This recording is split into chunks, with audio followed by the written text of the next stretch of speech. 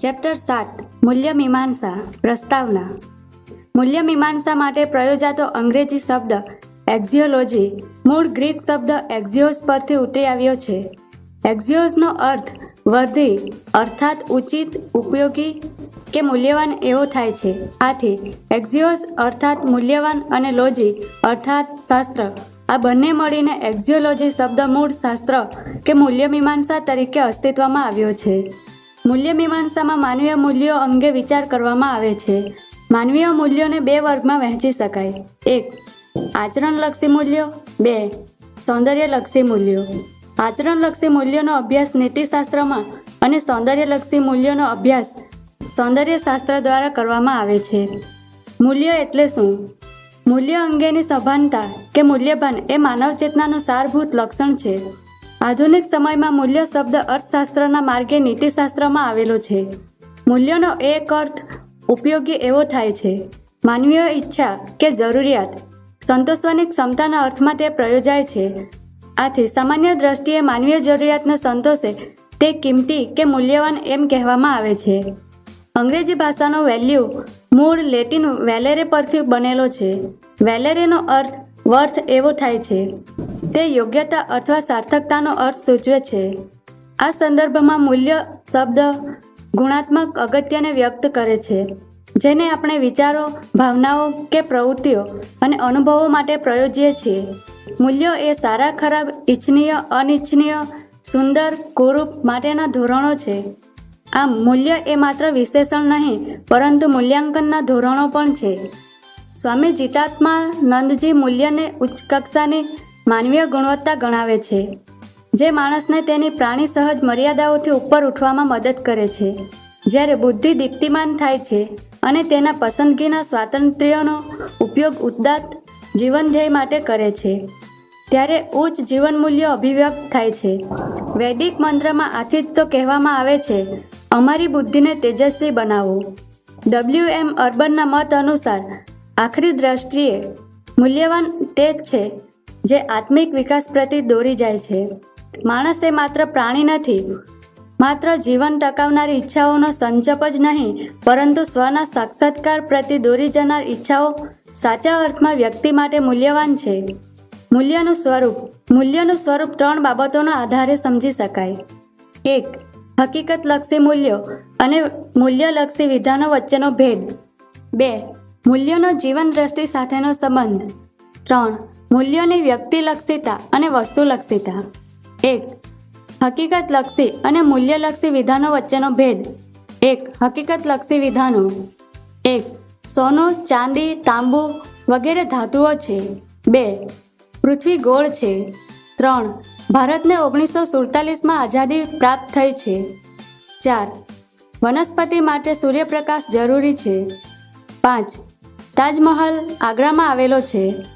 ઉપરયુક્ત હકીકતલક્ષી વિધાનો જુદા જુદા જ્ઞાન ક્ષેત્રોના વિધાનો છે, જેવા કે પદાર્થશાસ્ત્ર, ભૂગોળ, ઇતિહાસ, વનસ્પતિશાસ્ત્ર વગેરે. આ વિધાનોનું સ્વરૂપ વર્ણનાત્મક છે. હકીકતોનો અભ્યાસ કરતા પ્રાકૃતિક વિજ્ઞાનો તટસ્થ દ્રષ્ટિએ હકીકતોનું વર્ણન કરે છે. તેમાં કોઈ વ્યક્તિની પસંદગી કે નાપસંદગીનો પ્રશ્ન આવતો નથી. હકીકતને લગતા વિધાનોના સંદર્ભમાં એક મત પ્રવર્તે છે, કારણ કે આ વિધાનોની સત્યતા કે અસત્યતાના નિરીક્ષણ અને શક્ય હોય ત્યાં પ્રયોગ દ્વારા પણ ચકાસી શકાય છે. આથી જ તેને વાસ્તવિક કે હકીકત આધારિત હકીકતલક્ષી વિધાનો કહેવામાં આવે છે. 2. મૂલ્યલક્ષી વિધાનો. 1. મહિલાઓને સુવર્ણાલંકારો વધુ આકર્ષે છે. 2. બાળકોને રજાઓમાં મજા પડે છે. 3. ગાંધીજીના મતે સુંદર હોવું માણસ માટે પર્યાપ્ત નથી, સદ્ગુણી હોવું પણ જરૂરી છે. 4. અસ્પૃશ્યતા સામાજિક કલંક છે. 5. તમે હંમેશા સાચું બોલો છો એ મને ગમે છે. ઉપરયુક્ત મૂલ્યલક્ષી વિધાનો સીધી કે આડકતરી રીતે વ્યક્તિગત અથવા સમૂહગત પસંદગીને રજૂ કરે છે. મૂલ્યલક્ષી વિધાનો અંગે એકથી વધુ અભિપ્રાયો કે વિકલ્પો હોઈ શકે છે, કારણ કે મૂલ્યને લગતા વિધાનો વાસ્તવિક હકીકત વિશે નહીં પરંતુ વ્યક્તિગત રસ, રુચિ, જરૂરિયાત કે ઈચ્છાને અનુરૂપ પસંદગી પર આધાર રાખે છે. 2. મૂલ્યોનો જીવન દ્રષ્ટિ સાથે સંબંધ. પશ્યતિ ઇતિ પશુઃ વર્તન મનનાત મનુષ્ય ઉચ્યતે, અર્થાત માત્ર જેવું જુએ એવું માની લે તે પશુવત ભૂમિકા છે. મનુષ્ય જેને કહેવાય જે મનન દ્વારા સત્ય સમજે એટલું જ નહીં, તેને આત્મસાત કરવા પ્રયત્ન કરે. પોતે કોણ છે? આ પ્રશ્નનો વિચાર કરનારાને માત્ર જોવાથી શરીરરૂપ હોવાનું જણાય છે.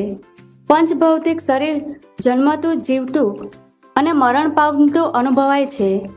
તેના આધારે જીવન જીવનારા લોકોની જીવન દ્રષ્ટિ દેહવાદી અર્થાત ભૌતિકવાદી હોય છે. જ્યાં સુધી જીવો ત્યાં સુધી સુખીથી જીવો. દેહ ભસ્મીરૂપ થનારો છે, તેનું પુનરાગમન થતું નથી.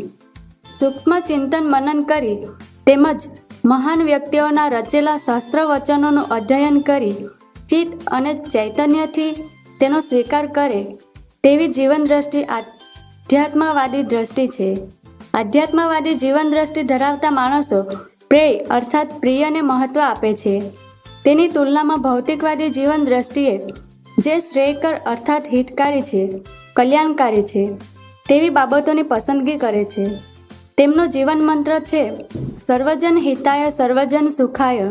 તેઓ સર્વજનના સુખ અને હિતમાં પોતાનું સુખ અને હિત સમાયેલું છે તેમ માની તે માટે પ્રયત્નો કરે છે. આધ્યાત્મવાદી એમ માને છે કે ચાલો આપણે બધા સુખી થઈએ, આપણે બધા તંદુરસ્ત રહીએ, આપણે બધા સલામત રહીએ, આપણામાંથી કોઈ ક્યારેય દુઃખ ન અનુભવે. પ્રેમ અને કરુણા એ આધ્યાત્મલક્ષી જીવન દ્રષ્ટિની જ અભિવ્યક્તિ છે. મૂલ્યનું સ્વરૂપ વ્યક્તિની પસંદગી ઉપર આધાર રાખે છે અને તે પસંદગી તેની જીવન દ્રષ્ટિ ઉપર આધાર રાખે છે. પસંદગી કરતી વખતે માણસને પોતાની જીવન દ્રષ્ટિની સ્પષ્ટ સભાનતા હોય પણ ખરી અને ન પણ હોય, પરંતુ માણસની દરેક પસંદગી તેની જીવન દ્રષ્ટિને વ્યક્ત કરનારી તો હોય જ છે.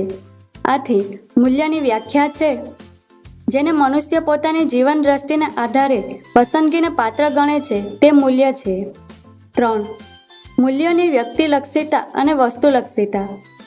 અનુભવવાદી અને ઉપયોગિતાવાદીના મતે વસ્તુમાં પોતાનું અંતર્ગત કહેવાય એવું કોઈ મૂલ્ય નથી. વસ્તુનું મૂલ્ય માનવને વસ્તુમાંથી પ્રાપ્ત થતા સંતોષમાં રહેલું છે.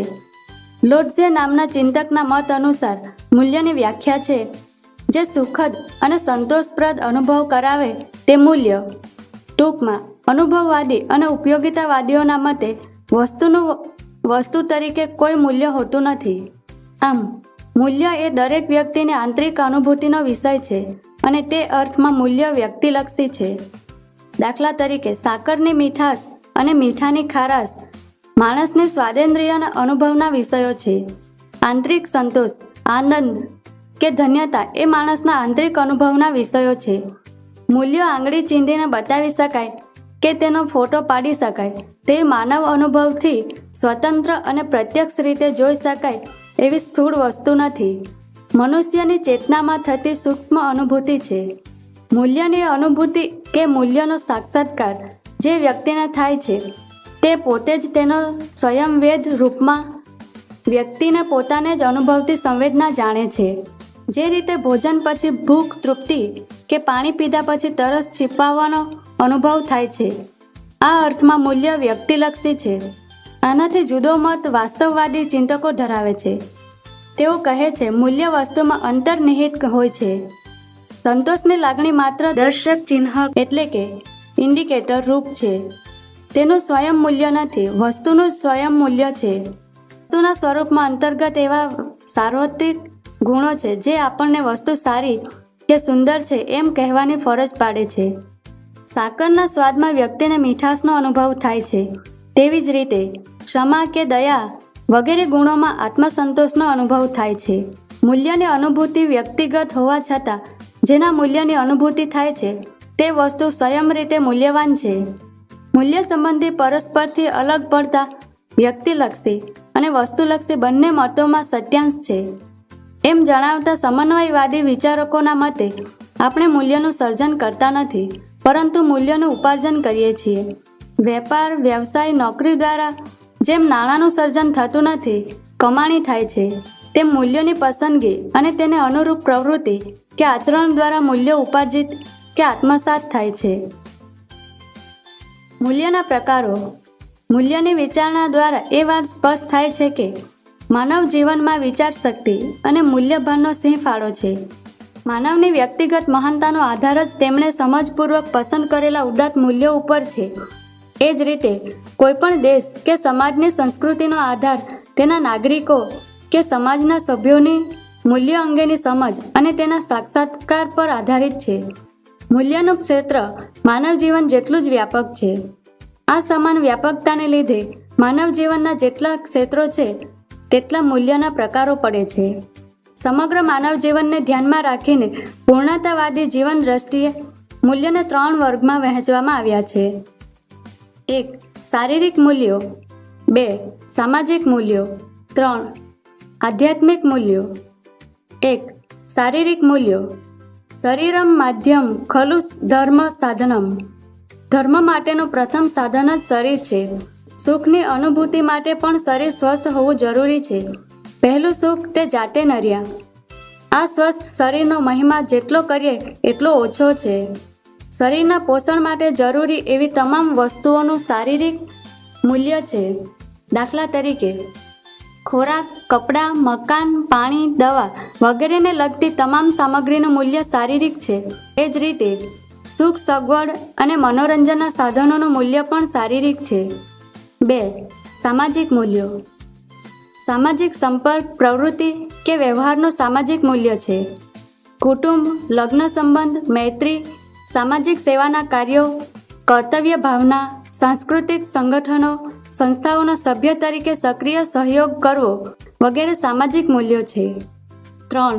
આધ્યાત્મિક મૂલ્યો. ધાર્મિક, સર્જનાત્મક અને કલા પ્રવૃત્તિ દ્વારા જે મૂલ્ય પ્રાપ્ત થાય છે તે આધ્યાત્મિક મૂલ્યો છે.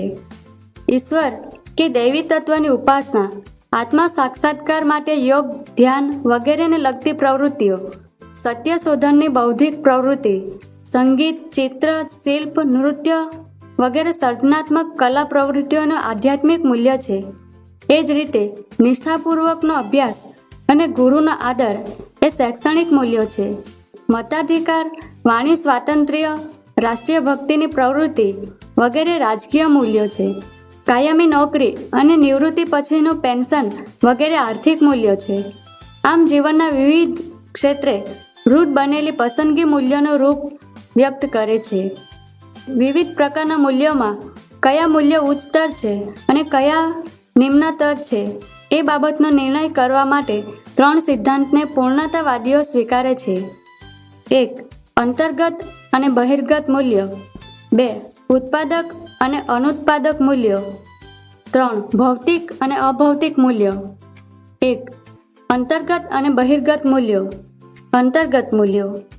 માણસ જે વસ્તુને બીજી કોઈ વસ્તુના સાધન તરીકે નહીં પણ પોતાને માટે જ પસંદ કરે છે તેની દ્રષ્ટિએ એ વસ્તુનું અંતર્ગત મૂલ્ય છે. મૂલ્યના આ સિદ્ધાંતને સમજવા માટે આપણે બાદશાહ અકબર અને તાનસેનના જીવનનો એક પ્રસંગ જોઈએ. એક સમયે સંગીત રત્ન તાનસેન બાદશાહ અકબરને પોતાના ગુરુ હરિદાસની ઝૂંપડીએ છુપા વેશે સંગીત સાંભળવા જાય છે. અકબરને તે સંગીત સાંભળતા અનુભવાયું કે ગુરુ હરિદાસનું સંગીત શિષ્ય તાનસેનના સંગીત કરતાં ક્યાંય ચઢિયાતું છે. આથી તેણે તેનું કારણ પૂછ્યું.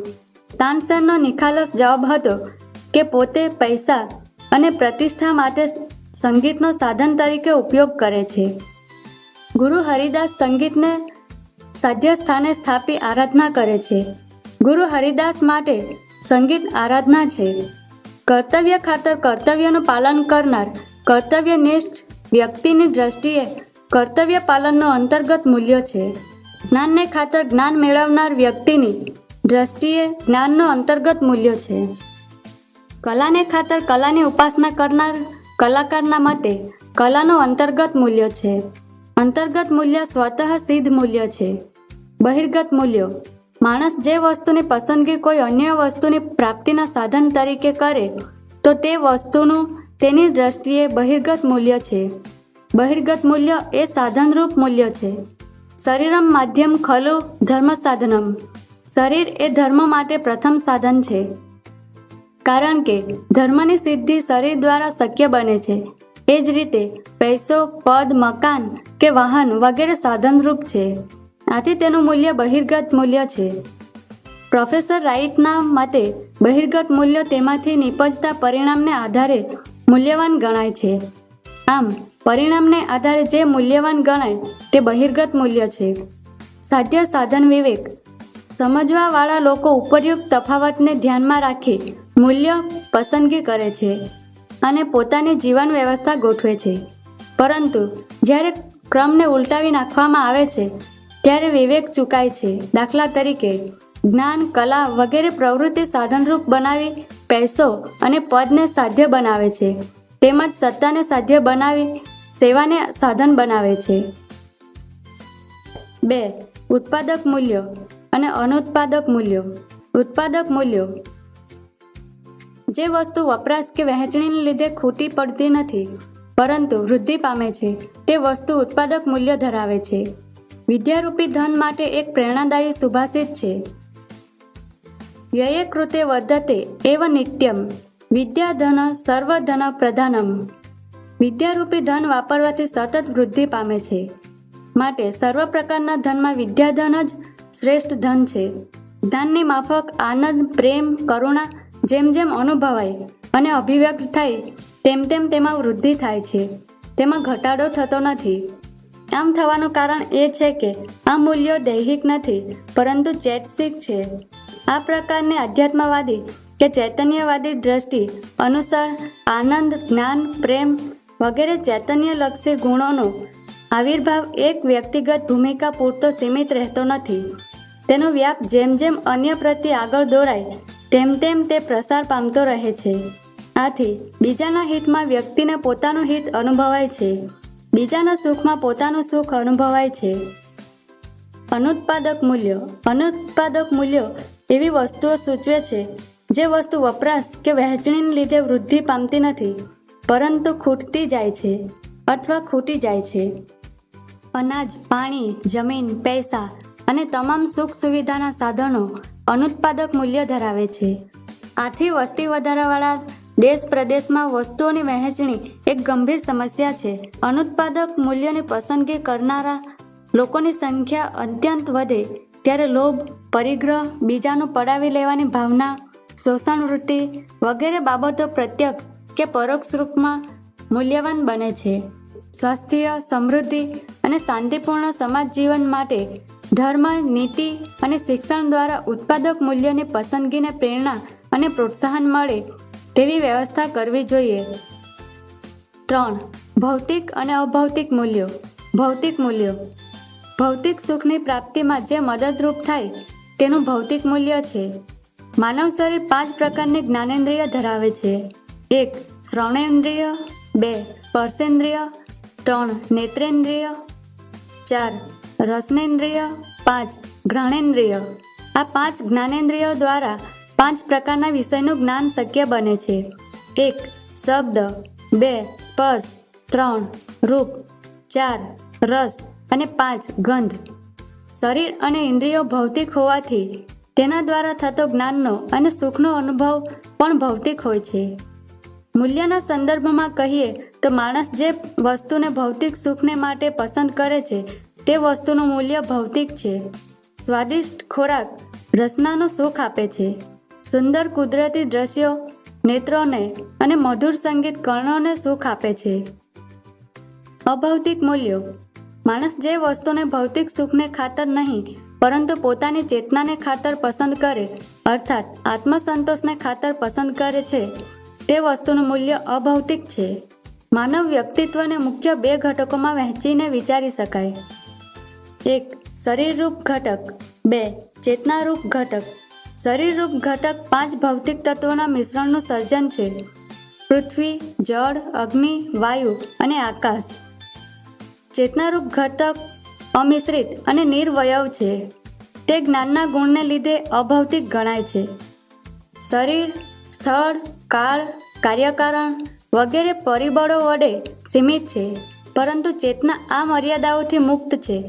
શરીર જેમ જાડું, પાતળું, ઊંચું, નીચું, કાળું, ગોરું હોઈ શકે છે જ્યારે ચેતનાની કક્ષાએ ઉન્નત કે નિમ્ન હોઈ શકે છે. માનવના ગુણોનો આધાર તેની ચેતનાના વિકાસ ઉપર રહેલો છે. આથી માનવીય વ્યક્તિત્વનું મૂલ્યાંકન ચેતનાની કક્ષાના આધારે થાય છે. મૂલ્યોની અભિવ્યક્તિ વિચારો, ભાવનાઓ દ્વારા થાય છે. વિચારો, ભાવનાઓ માનવની ચેતનાની અભૌતિક હકીકતો છે.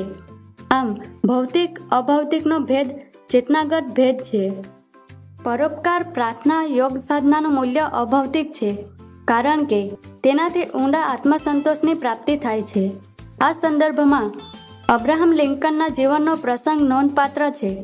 કાદવમાં ખૂંપી ગયેલા તરફડતા એક ભૂંડને લિંકને બચાવી લીધું.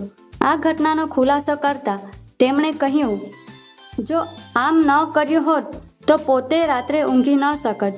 પરોપકાર વ્યક્તિને આત્મિક શાંતિ અને સુખ આપે છે, તેથી તેનું મૂલ્ય અભૌતિક છે. મૂલ્ય તરીકે સત્ય, શિવ અને સુંદરનું સ્વરૂપ. માનવ વ્યક્તિત્વ ત્રિવિધ શક્તિઓ ધરાવે છે. આ ત્રિવિધ શક્તિઓ એટલે વિચારણા, ક્રિયા અને લાગણીની શક્તિ. આ ત્રણ શક્તિના પૂર્ણ વિકાસ દ્વારા વ્યક્તિત્વની પૂર્ણતા પ્રાપ્ત થાય છે. પ્રત્યેક શક્તિનો વિકાસ તેના પોતાના ક્ષેત્રને અનુરૂપ આદર્શને અનુલક્ષીને કરાતી પ્રવૃત્તિ દ્વારા શક્ય બને છે. ત્રિવિધ શક્તિના ત્રિવિધ આદર્શ સ્વરૂપો એટલે 1. સત્યમ, 2. શિવમ અને 3. સુંદરમના ત્રિવિધ મૂલ્યો. આ ત્રિવિધ મૂલ્યોનું સ્વરૂપ અને સંબંધ 3 મુદ્દા દ્વારા સમજીએ. 1. વ્યાખ્યા. 2. મૂલ્ય પ્રસ્થાપના. 3. વ્યવહાર્યતા. 1. સત્ય. 1. વ્યાખ્યા. સત્ય એટલે કોઈપણ વિષય કે વસ્તુના યથાર્થ સ્વરૂપ વિશેના જ્ઞાનનો ગુણધર્મ. આમ જ્ઞાનનો ગુણ સત્ય છે. આ ગુણ દ્વારા વસ્તુ જેવી છે તેવી મૂળ સ્વરૂપે જણાય છે. સત્યની સંપ્રાપ્તિ એ જ્ઞાન પ્રાપ્તિનું ધ્યેય છે અને સત્ય એ જ્ઞાન પ્રાપ્તિનો આદર્શ છે. 2. મૂલ્ય પ્રસ્થાપના. મૂલ્ય માનવની પસંદગીના સ્વાતંત્ર્યનો વિષય છે અને આ પસંદગીથી આત્મસંતોષ અનુભવાય છે. માનવની જ્ઞાન શક્તિ ત્યારે જ સંતોષાય છે જ્યારે તેની જિજ્ઞાસાને સંતોષે તેવું અનુરૂપ આત્મજ્ઞાન પ્રાપ્ત થાય છે. આમ સત્ય એ પસંદગીને પાત્ર મહત્વનું માનવીય મૂલ્ય છે. 3. વ્યવહાર્યતા. સત્ય એ જ્ઞાનનો ગુણ છે, તો જ્ઞાન જે માર્ગ વડે અને જે માધ્યમ દ્વારા મળે છે તેની શુદ્ધિ અને વૃદ્ધિ આવશ્યક છે. ઇન્દ્રિય, મન, બુદ્ધિ જો રાગ, દ્વેષ, પૂર્વગ્રહ, પક્ષપાત વગેરે દોષોથી ખરડાયેલા હોય તો વ્યક્તિ સત્ય વિચારો કરી શકતો નથી. તેના વાણી અને વર્તન પ્રામાણિક કે વિશ્વાસપાત્ર બનતા નથી. મન, વચન, કર્મની એકરૂપતા સત્ય દર્શનની પૂર્વશરત છે. એવું માનવું, એવું બોલવું અને જેવું બોલ્યા તેવું વર્તવું એ સત્ય મૂલ્ય પ્રાપ્તિની વ્યવહારિક પ્રવૃત્તિ છે. 2. શિવ.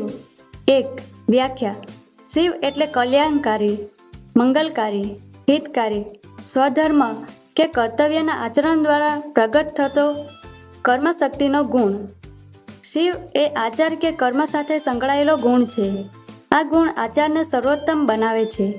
શિવ દ્વારા કર્મની કૃતકૃત્યતા એટલે ધન્યતા અને આત્મસંતોષનો અનુભવ થાય છે. કર્મનો આદર્શ શિવ કે કલ્યાણ છે.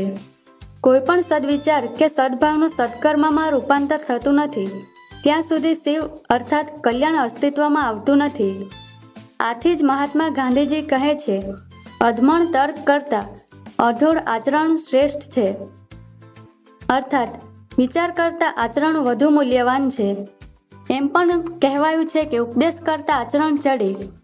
જે લોકો ધર્મ, નીતિ, સદાચાર વિશે સિદ્ધાંત રૂપે વધુ જાણે છે પણ તે પ્રમાણે વર્તતા નથી, તેઓ એક પ્રકારના આત્મદ્રોહ કરે છે અને જીવનની ધન્યતાના અનુભવથી વંચિત રહે છે. જેના વિચાર અને વર્તન વચ્ચે ફેર નથી તેવી વ્યક્તિ જીવનની ધન્યતાનો અનુભવ કરે છે. 2. મૂલ્ય પ્રસ્થાપના. ઉદાત્ત ચરિત્રવાળા માણસો પોતાના માનવીયનું ગૌરવ ત્યારે જ અનુભવી શકે છે જ્યારે પોતાને સમજાયેલી ફરજનું યોગ્ય રીતે પાલન કરે છે.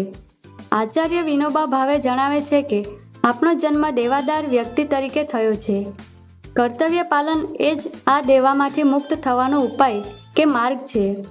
મહાન વૈજ્ઞાનિક આઇન્સ્ટાઈનના શબ્દો છે, દરરોજ હું મારી જાતને યાદ કરાવું છું કે મારી આંતરિક અને બાહ્ય જીવન અન્ય જીવંત અને દિવગંત માનવીઓના પરિશ્રમના આધારે ટકી રહ્યું છે.